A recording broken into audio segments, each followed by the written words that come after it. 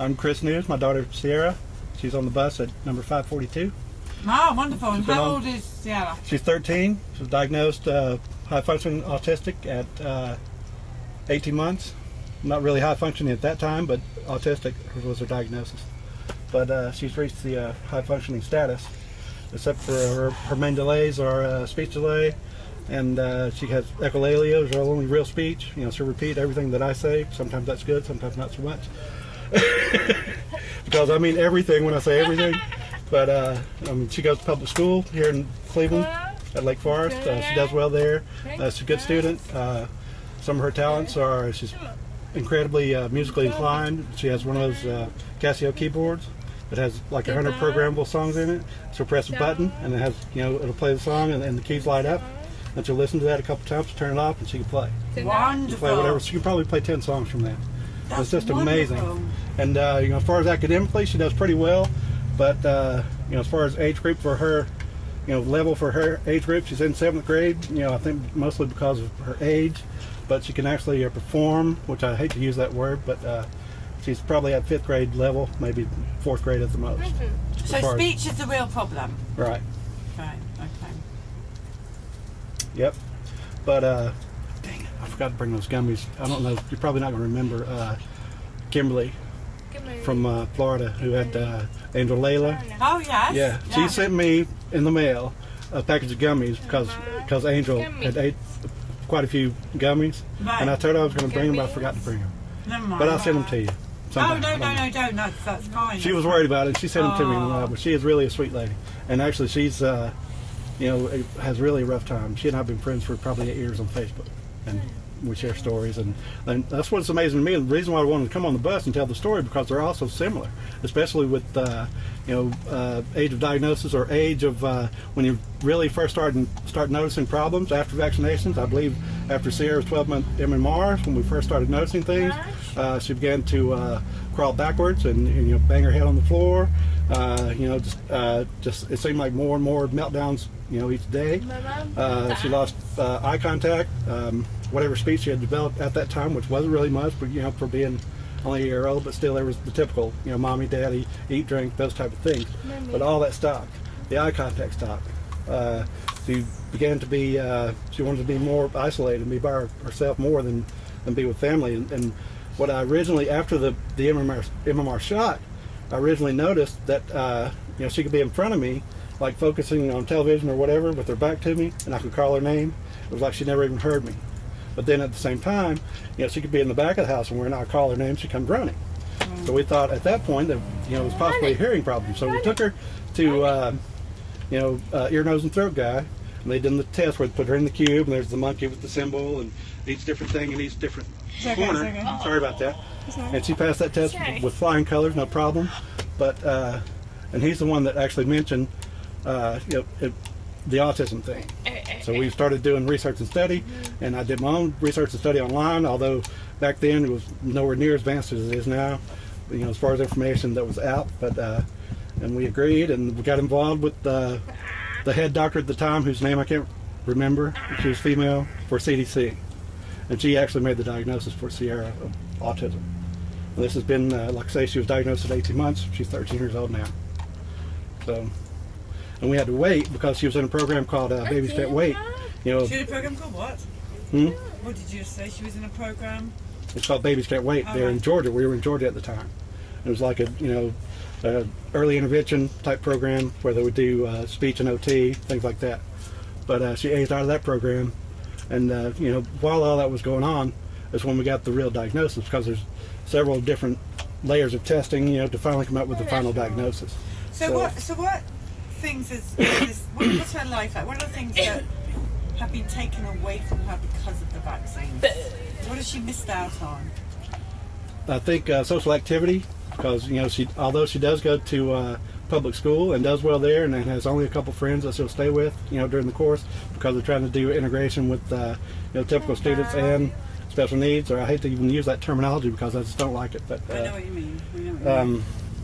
and she does probably about 60-40 in special ed class. Although she does integrate pretty well, but she still struggles. And in my opinion, you know, I've been a stay-at-home dad with her since her diagnosis. Are you on your own, or have you got? Actually, I'm going through divorce currently. And she lives with you? Yes, I have custody. So it's just you two together? Yep.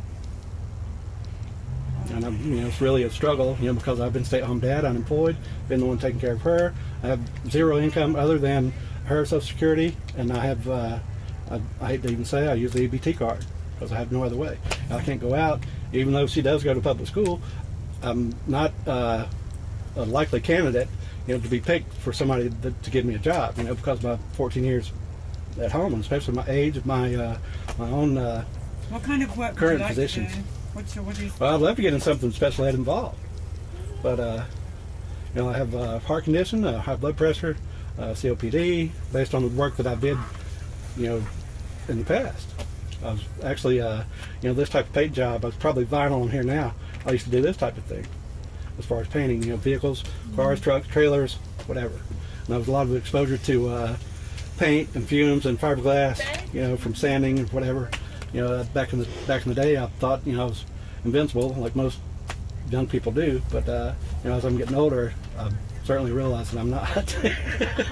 So financially, it must be incredibly tough for you. It's very difficult, yes. But I don't really know what's going to happen. I have no idea because the divorce is still pending. The mom has agreed, supposedly, to pay a certain amount of child support every 2 weeks. But because she has been the one, to go to work, and I was staying home when she and I were still together. But she pays a certain amount every 2 weeks. But there are certain times, because of her pay schedule is bi-weekly, there's certain months where she has a third pay period, and that means to me, and it's already been court ordered, that she paid that, for that third pay period too. But during those months, she won't pay. She only pays me $500 a month. Does she ever take look after, or are you just on your own? Well, she has her every other weekend during school, and during the summer, she's with mom for a week and with me for a week, which is really a strain on her because of the change in environment, especially home setting, and mom still works, so it's not really mom that's taking care of her. 'Cause mom's the manager at a local parts store, actually a nationwide parts store that I won't mention because there's no need. But needless to say, she works quite a few hours. If someone could wave a magic wand and get you some help, what do you need? What do you need to survive? Well, at this point, I have to continuously make deals with my landlord, pretty much on a month-to-month basis, to stay there at that residence. Although he does have another location that I can move to, and it's the same number of bedrooms, but it's way smaller. So I'm in a house that was built in 1951 now. It's a nice place, I'm not going to lie about it, but it's a goat farm. She enjoys it because we go out sometimes and just look at the goats, and they'll come right up to the fence because I sometimes feed them, tortilla chips or whatever. That's why they love me. But she likes that. And like I say, I've already made arrangements with him to another place, a mobile home that he's moved to another location that's fairly local to where we are now, that I can pay less. I'm paying $650 a month rent now, and I'm going into a place that he's going to charge me $400 a month for, so I'll be able to afford that, so to speak. But still, it's going to be a struggle. Do you have a good support network around here in the area that you live? Well, I'm happy with the people that she works with at school, even though it's public school. Do you have people that support you as a father? No. No. Not really. No? Right. Well, we need to get that in place. Well, I'm not here to... No, but it's the right thing to do, people... You need support. It's impossible to do things on your own. I admit that it's incredibly tough. Yeah, all right. Well, let me speak to some people like that. All right, let's go outside. All right, I don't want to take too long because everybody... No. Patrick, would it be possible for you to find some shirts? Oh, yeah. For these beautiful people? Most definitely. Thank you very much. Appreciate you And guys. I don't know what we've got. We're out of baseball caps, aren't we? I know you guys have got to be exhausted by now because you've been on tour as long as you have. But I follow you guys on Facebook, especially I was so stoked about the CDC rally, and one particular thing was the flipping off guy. Oh my God, that really flew all over me. And in retrospect, and then after viewing that video for so many times, and some people made the argument, especially on social media, not only Facebook but Twitter as well, where this one particular lady, Kara, I think her name was, she was up in the guy's face, I have to admit. But although I take her side too, because I'm obviously with you guys. But there was absolutely no excuse for that guy to flip her off like that. And that was just infuriating to me, and I just can't believe that somebody that's You know, I was talking with people outside. Nobody really knows what it's like unless they have to deal with it on their own, on a personal level. And they can have their own speculation and make up their own mind, which even though they talk to people that are affected, they don't really understand unless they have to deal with it on their own. Okay, now listen, so you're on Facebook, are you? Oh yeah. Can you tell us what your name is on Facebook so people want to connect with It's you? Chris New. Chris New, as in Just like a new car, yep. And I get, is the profile picture your face? No, but I can change it when I get Make home. it so that you recognise. All right. And there's people here that will jump on board and... I actually sent you an instant message this morning, and Bella as well. What? Oh, I'm knocked out this morning. I'm knocked out of my messages. Oh, did you? But I sent. No, I didn't do it. I sent to Bella, and she got the message because I got in contact with Brandy King, who's a local news anchor there at News Channel 9. Is that who came out this morning? Yes. Oh, well done. So that was fantastic. Great. Here we go. Yeah, I'm Awesome. still locked out. Facebook likes to play games. I know. I get kicked off all the time. Just That's because. why we go on Periscope. Because so far, Periscope have been way better to us than Facebook. All right. So a new can set you up. Cool beans. Well, I can't do Periscope because I can't download it anymore. The only access I have now is that cell phone that she has, because she had 2 tablets and destroyed 2 tablets in 2 days. Because she gets kind of abusive if there's something that she don't like, or even she'll intentionally pull up things that she doesn't like, or some things that upset her. And why? I have no idea why, because she knows if she destroys that particular tablet, then she's not going to have it anymore. I bought 2 in 2 days, and I can't buy any more.